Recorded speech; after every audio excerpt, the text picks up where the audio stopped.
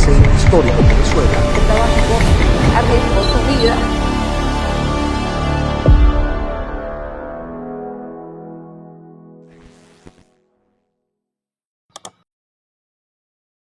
Los testimonios y opiniones emitidos en este espacio representan únicamente el punto de vista de los entrevistados, quienes dan fe de la autenticidad de los hechos.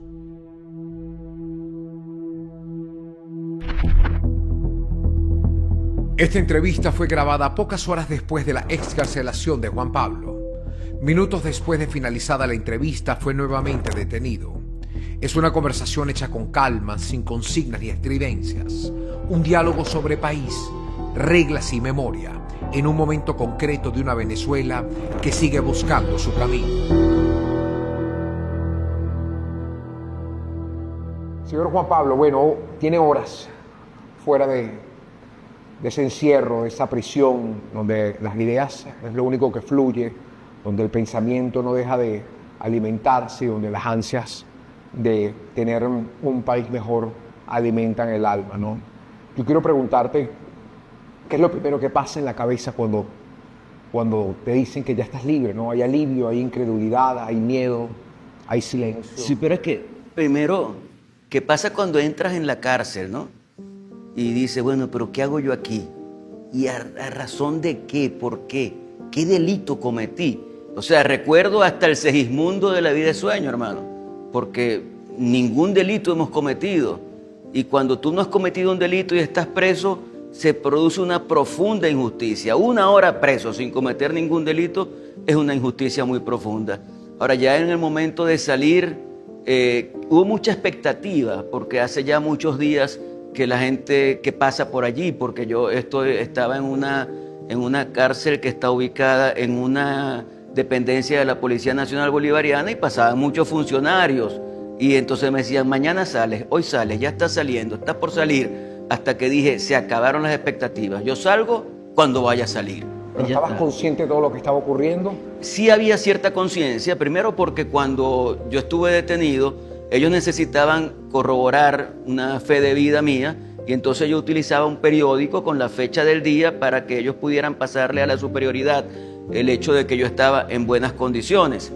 Y ese periódico me lo dejaban para que yo lo leyera, salvo cuando vinieron los sucesos del 3 de enero, que ya no me dejaron ver más periódico. Pero los días previos yo pude estar enterado de la visión del gobierno, no de la visión general, porque evidentemente Últimas Noticias es un periódico que lamentablemente está totalmente cerrado a la pluralidad, y es un periódico que solamente presenta la visión del régimen. Entonces yo estaba bastante claro en cómo estaban las cosas sucediendo, aunque fuera leyéndolos a ellos, ¿no? Y sobre ti, más allá del contexto del país, el contexto social, la política, ¿qué se decía? ¿Qué escuchabas adentro de ti? No, muy poco. No sabía cómo estaba la actitud de la gente. Solamente cuando logré que... Porque mi hijo pudo verme, mi hijo mayor, el día 51, Ramón. Después de ese día 51 de mi detención, cerca de 2 meses después de la detención, ya yo no pude ver más a la gente de mi familia hasta la semana pasada, es decir, 9 meses después. Y bueno, allí una de las cosas que él me dijo es que había mucha solidaridad conmigo en la calle. Me dijo, mira, yo estoy asombrado, papá, pero realmente hay mucha solidaridad, etcétera, etcétera. Y bueno, ojalá sea conmigo y con todos los presos políticos, pues, porque aquí lo importante es que todos podamos salir en libertad y que podamos reencontrarnos con el país que nosotros queremos. Yo no quiero seguir escondido, yo no quiero seguir preso, ni que nadie esté escondido o preso en este país, o que alguien tenga que estar fuera del país sin su voluntad, sin su decisión de ganas, porque aquí lo importante es que este es un país que debe ser para todos, y aquí en ese proceso de reencuentro, en ese proceso del que nos hablan de volver a encontrarnos, yo creo que todo es válido, en el sentido de que podemos reencontrarnos, podemos reconciliarnos, pero siempre con la verdad por delante. Si la verdad no se impone, es muy difícil que se pueda dar un proceso de reconciliación en Venezuela. ¿Cuál es el primer pensamiento verdaderamente personal, íntimo, alejado de lo político, que se tiene al salir, ¿no? No, lo primero que pensé fue en mis hijos. Es que los he tenido demasiado presentes a ellos. Eso ha sido algo que... Bueno, mira, el día que yo vi a esos muchachos, porque es que además a mi hija menor yo la dejé de 11 años y tiene 13. Al que viene antes de ella tenía 12, ahora tiene 14. Los morochos tenían 14, ahora tienen 16. Todos han crecido, no tanto como yo, pero todos han crecido. Y entonces uno dice, bueno, pero me estoy perdiendo, y ellos se están perdiendo a su papá también en ese momento de crecimiento. Entonces cuando a mí me dicen, mira, te van a poder visitar tus hijos, que fue la semana pasada, o sea, no fue hace un mes, 2 meses, no, la semana pasada fue cuando yo pude ver a mis hijos completos, a los 5, y a mi nietecita, que es la hija de Ramón el mayor. Yo dije, me voy a portar como un varón. Bueno, bastó verlos para empezar a llorar y a decir, cónchale, año y medio sin verlos. Había uno, que es Mateo, que yo decía, pero Mateo es el que más ha cambiado, ¿eh? O sea, tú lo veías y veías que había cambiado demasiado. Y eso no lo viviste, pues, y esas son cosas que no son fáciles, porque la edad que ellos tienen es una edad sumamente compleja, y está la situación de lo que hemos vivido en mi casa. Pues entonces todo eso se une, y yo solo he pensado en todos estos días, en mis hijos, en mi familia, en mi madre, que cumplió año el 3 de febrero, por ejemplo, y que yo pensaba que ella iba a poder estar con ella para ese día, no se pudo, y en Venezuela. Cada preso político enfrenta un miedo distinto. ¿Cuál fue el tuyo, Juan Pablo? Mira, yo creo que se presentan muchos miedos, y yo creo que es natural que tengamos miedo. Cuando yo fui detenido, yo no sabía a qué me estaba enfrentando. Hermano, yo estaba durmiendo en mi escondite, en el sitio donde estaba yo escondido, y que de repente sean las 3 de la mañana y tú estás durmiendo y te despiertes con gente con armas largas, uniformados, y que están rodeando tu cama y te dicen, señor, ¿cuál es su nombre? Ciudadano, su nombre. Así fue como me detuvieron a mí. Y a partir de allí, bueno, me colocaron una cosa que ellos llaman un 100 pies, que es una cuestión que te inmoviliza las manos, la cintura y los pies, y me colocaron un chaleco de esos chalecos antibala. En ese momento es un momento de mucho miedo, de mucha incertidumbre. Tú no sabes qué puede pasar, tú tienes temor a la tortura, tú tienes temor a que te agredan, tú tienes temor al tiempo que puedes estar allí. Mira, la incertidumbre de no saber cuándo vas a salir, eso pega, y pega mucho, porque tú estás viendo, por ejemplo, mis morochos, que tienen 16 años, se gradúan este año, y ya están en todo el proceso. Tú sabes que la graduación es todo el año, porque son las fiestas de pregraduación y la franela y esto y todo lo demás, y todo eso lo han estado viviendo ellos y yo no he estado con ellos.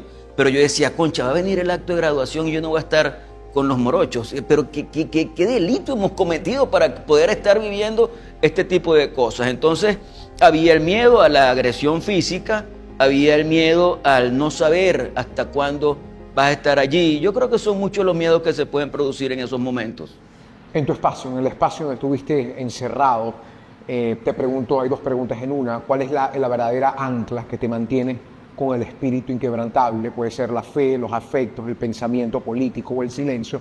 ¿Y cuáles fueron las rutinas para evitar, ¿no?, cualquier tipo de trastornos, ¿no? Se habla mucho sobre los espacios encerrados, la poca luz, ¿no?, que puede afectar sin duda el tema emocional, ¿no? Sí, mira, cuando yo llegué a ese sitio, es una celda para detenciones preventivas que realmente no estaba en las condiciones adecuadas.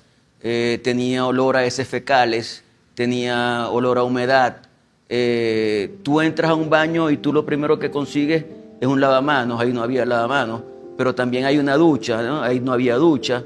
Hay un water, hay una poseta, ahí no había poseta.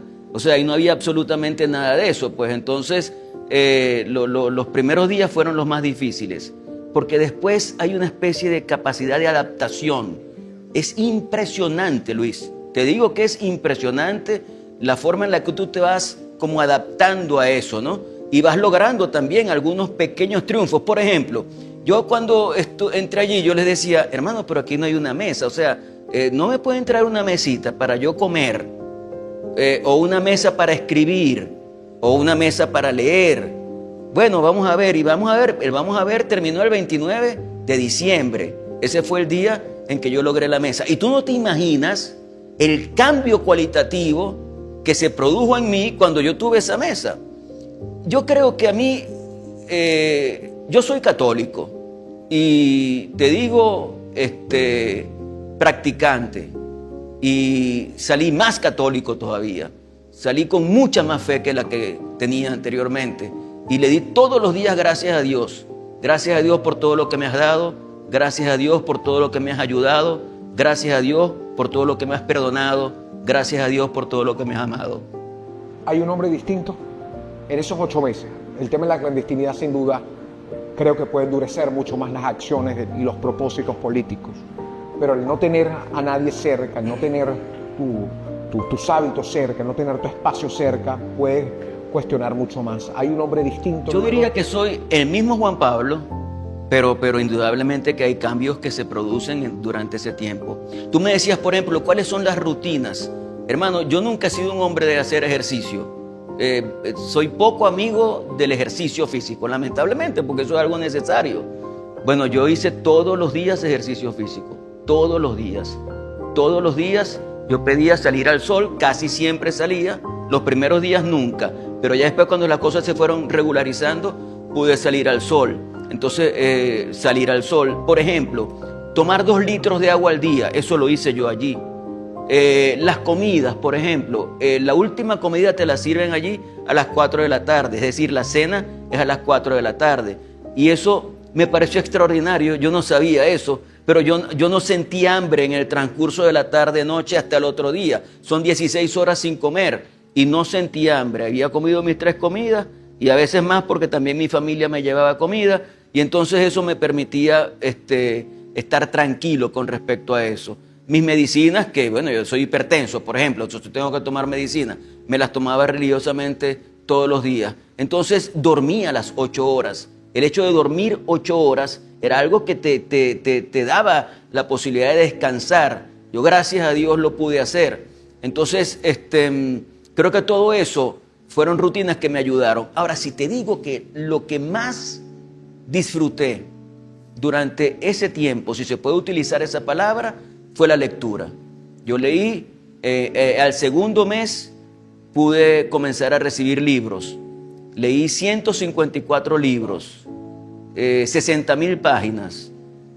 Me convertí en un lector que siempre he sido lector, pero nunca había leído tanto. Pues, o sea, es que obviamente uno tiene las ocupaciones del día a día y tú puedes leer una novela en 15 días, en un mes. No, yo la leía en un día.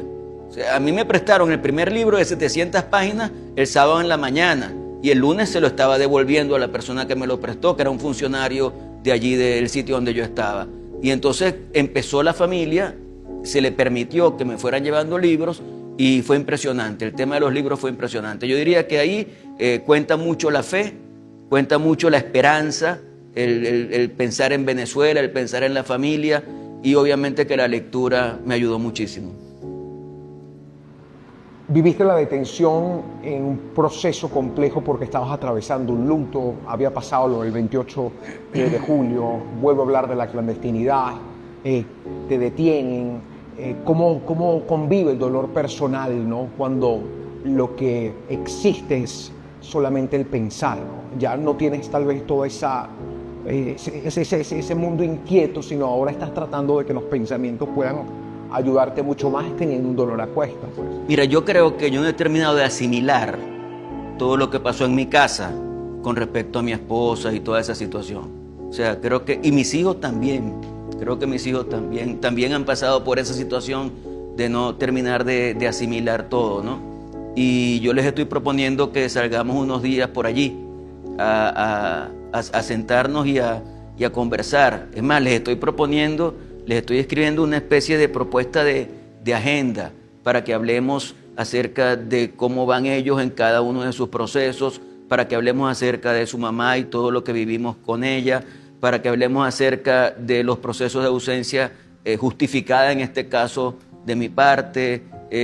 Y bueno, creo que va a ser totalmente necesario para nosotros podernos encontrar en esa especie de catarsis familiar. Me hace muchísima falta. Es necesario, claro. Muchísima falta.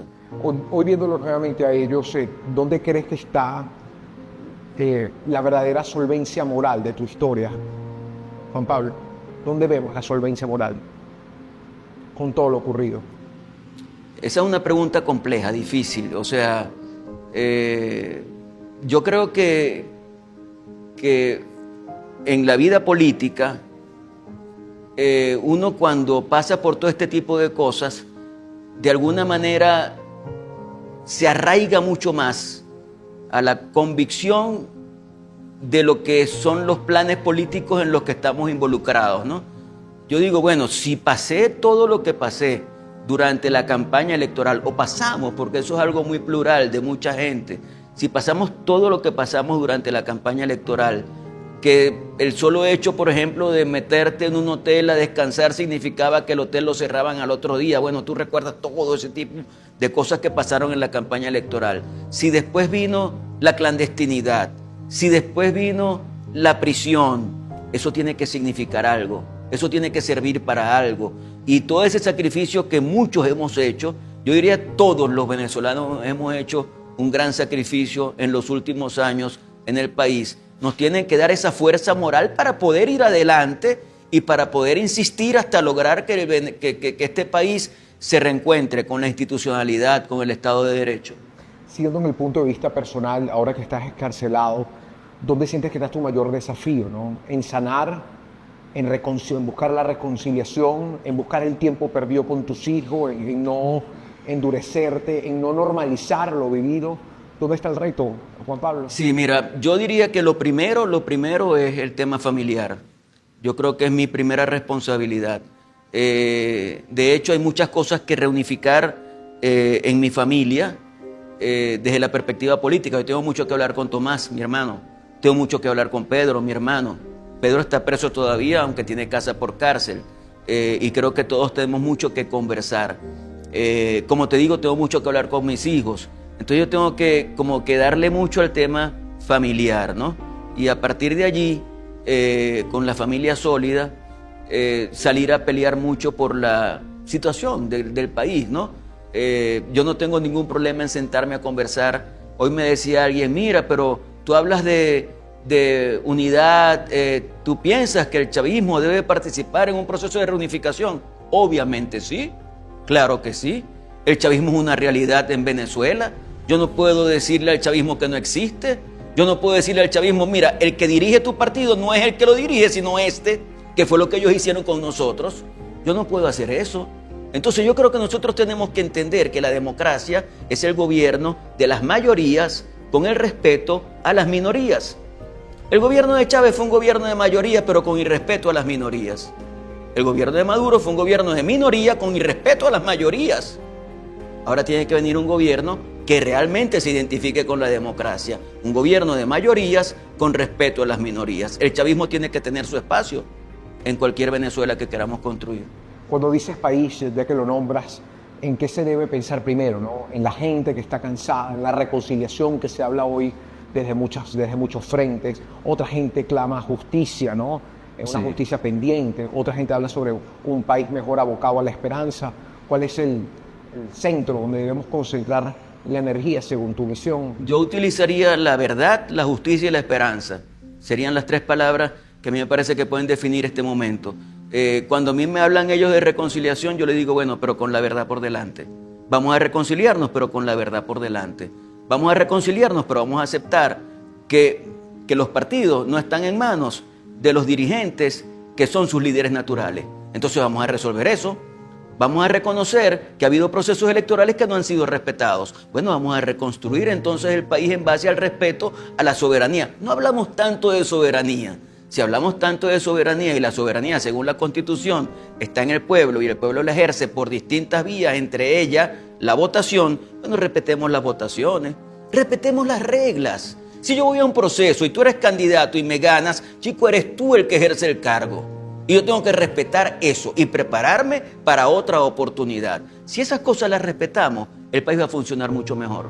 Hablado de liderazgo y sobre todo de entender la política, ¿sientes que este tiempo te cambió tu visión? ¿Hay una nueva visión política, Juan Pablo, en ti? Bueno, siempre hay aprendizaje y siempre hay cosas positivas, negativas, mejorables. Yo diría que, como te decía, o sea, yo me siento el mismo, pero sí siento que ha habido cambios en mí. O sea, es el mismo Juan Pablo Guanipa, pero que obviamente durante el tema de la clandestinidad y durante el tema de la cárcel, yo tuve mucho aprendizaje. Y eso evidentemente que te ayuda mucho en lo que viene hacia el futuro. Así que sí creo que ha habido cambios importantes en mí. ¿Dónde te vamos a ver ahora? ¿En la calle, como dirigente, acompañando a otras personas, otros procesos, en una etapa más de reflexión, más silenciosa? ¿Dónde va a estar Juan Pablo ahorita? Mira, yo estudio ciencias políticas. Me faltan 2 materias para graduarme y la tesis. Estudio un máster en la Universidad de Salamanca en literatura creativa. Me faltan 2 materias y la tesis para graduarme.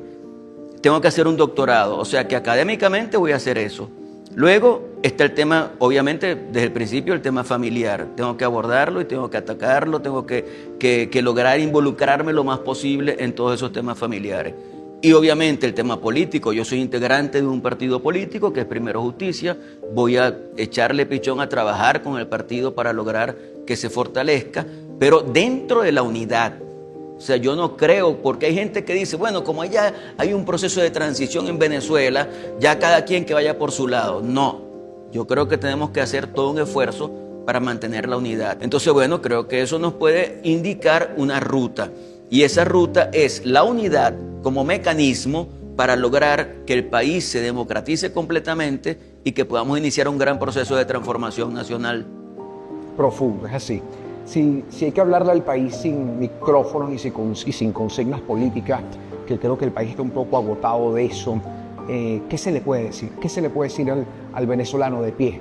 Okay, que está cansado, que ha resistido, que ha vivido con ustedes también en los procesos injustos, que ha padecido el tema económico y que espera de otra forma un cambio importante, ¿no? En su estructura, en su formación, en que la familia de los venezolanos puedan reencontrarse. ¿Cuál es el mensaje? Mira, yo creo que este es un gran país, honestamente te lo digo, y es un gran país por su gente. O sea, más allá de las bellezas físicas, geográficas que podamos tener en Venezuela, más allá de todo eso, yo creo que Venezuela es un gran país por su gente. La demostración que ha dado este país de afecto, de conformidad total con la democracia, es algo que para mí es sumamente válido. Este país está totalmente casado con el proceso democrático. Y yo le diría, señores, hemos sufrido mucho, hemos vivido muchas cosas muy complicadas, pero creo que estamos entrando a un proceso que puede ser muy bueno para el país. Así que tengamos cada vez más esperanza, tengamos cada vez más ilusión, tengamos cada vez más convicción de que lo que viene es bueno para el país. Y seamos parte de esto, cada quien con su responsabilidad. Quizás muchos dirán, yo no quiero meterme en política, no te metas, pero donde estés metido, hazlo bien. Haz un esfuerzo para que tu grano de arena sea fundamental para que el país pueda ser más sólido cada día. Yo creo que así vamos a construir un gran país. Obviamente, yo insisto mucho en el tema institucional. Si nosotros tenemos reglas de juego y estamos todos dispuestos a cumplirlas, y si alguien la incumple, alguna regla, tiene que saber que tiene una sanción proporcional al incumplimiento de esa norma, este va a ser un tremendo país. Así que pensémoslo de esa manera. El país necesita entonces, ¿qué? Más paciencia, más coraje, más humanidad, necesita memoria, necesita reencuentro. Bueno, yo como siempre digo, creo que este país necesita institucionalidad y necesita que todos nos comprometamos a echar hacia adelante. ¿Cuánta gente hay afuera? ¿Son 9 millones? ¿Son 8 millones? ¿Son 10 millones? Es mucha gente. Hay mucho país fuera de Venezuela. Bueno, tenemos que hacer un gran esfuerzo para que la gente que se fue sienta que se dieron las condiciones para volver. Y el que no pueda volver porque ya se hizo en otro país, que bueno, que venga de vacaciones, pero que no pierda su conexión con ese país que es tan importante para todos. Entonces tienes a los que se fueron, tienes a los que aquí han pasado por momentos muy duros, no solamente políticos, sino momentos económicos sumamente duros.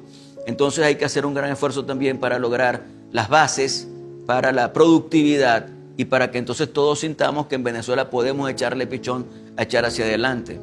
Si pudieras hablarle a quien hoy sigue preso, por ejemplo, darte unos nombres, y es difícil porque son tantos, los hermanos Guevara, los policías metropolitanos, Aguaripano, ¿no? Que son ese primer grupo que tiene ya más de 8 años, Aguaripano, los otros tienen 23, 22 años. ¿Cuál es el mensaje a la familia? ¿Hay esperanza para ellos? ¿Ves un cambio significativo también? ¿Ves a que esas celdas también se abran para ellos? Mira, claro que sí, yo he pensado mucho, pero mucho, especialmente en los policías metropolitanos y también en los que has mencionado, Caguaripano, los hermanos Guevara, pero también he pensado mucho en quienes han fallecido, ¿no? Yo he pensado mucho, por ejemplo, en Fernando Albán y en su familia. He pensado mucho en Óscar Pérez, los que lo acompañaban y su familia, que todos murieron después de decir, señores, me estoy rindiendo, yo me rindo. Y los mataron igual. ¿Saben en quién pensaba? En Franklin Brito. ¿Saben en quién pensaba? En Acosta Arévalo. ¿Saben en quién pensaba? En Raúl Isaías Baduel y en la familia de todos ellos. Pero de todos los muchachos, Pernalete, Neomar, Basilda Costa, todos los muchachos que han muerto durante todo este proceso. Es decir, creo que son gente que se sembró en la lucha en función de un ideal, cada cual desde su perspectiva. Yo le diría a la familia de ellos que bueno, que hay que echar hacia adelante con el recuerdo de la persona que ya no está, pero con la convicción de que podemos construir un gran país. Y a las personas que están privadas de libertad, lo primero es la aspiración de que estén libres. Si ya hay una total determinación de soltarlos, yo no entiendo mucho ese tema de los trámites. Hermano, aquí hay una disposición. Tú le das la orden al juez y el juez te suelta. Eso lo hicieron conmigo y lo hicieron con los otros. O sea, yo recuerdo que cuando yo fui a la primera audiencia con el juez, que el juez me imputó una cantidad de delitos: traición a la patria, terrorismo, asociación para delinquir, concierto, instigación al odio, concierto con otros países para afectar a Venezuela. Bueno, eran 7 delitos. Yo le decía, mire, señor juez, si algún día a usted le toca ser juzgado por algún delito o por alguna acusación, yo voy a estar allí haciendo todo lo posible para que usted tenga las garantías que usted a mí no me está dando. Porque esto que ustedes están haciendo, eso es algo absolutamente inaudito, no tiene sentido. Entonces, al final, ¿qué es lo importante? Lo importante es que entendamos que aquí nadie puede ser más vivo que el otro, que tú no puedes pensar que el otro es pendejo a los que están presos. Señores, van a salir pronto, y vamos a estar allí acompañándolos. De hecho, hoy lo que he estado haciendo es eso. He ido al Helicoide, a Zona 7, a los distintos sitios de reclusión, a acompañar en este caso a los familiares, porque cuando alguien está preso, su familia está presa. Y entonces allí es importante la solidaridad. Yo les diría, un poquitico más de paciencia, ustedes van a salir. Pero lo importante de todo esto es que todos, incluyendo el sector gobierno, entendamos que tenemos que tener reglas y que tenemos que cumplirlas si queremos que este país funcione. Juan Pablo, te deseo tiempo de calidad ya con tus chambas, con tu gente. Muchas gracias, hermano. Tu Maracaibo, sé que te vas ya casi tomándose ese destino, porque ya te hace falta tu calor, tu gente, y que bueno, puedas reconstruir junto a otros el país que merecemos todos. Ojalá que todos tengamos esa disposición, todos los venezolanos tengamos la responsabilidad que tengamos, dediquémonos a lo que nos dediquemos, estemos dispuestos a aportar lo más importante de nosotros, que es nuestra voluntad, nuestra disposición, nuestro tiempo, para juntos construir el gran país que todos soñamos. Venezuela se pierde de vista si hacemos lo que tenemos que hacer. Agradecido. Muchas gracias a ti, hermano. Minutos más tarde, Juan Pablo Juanipa fue nuevamente detenido. No es una conclusión ni una interpretación, es un hecho que acompaña el registro de esta conversación. Las palabras quedan y las preguntas permanecen abiertas, y el país una vez más escucha.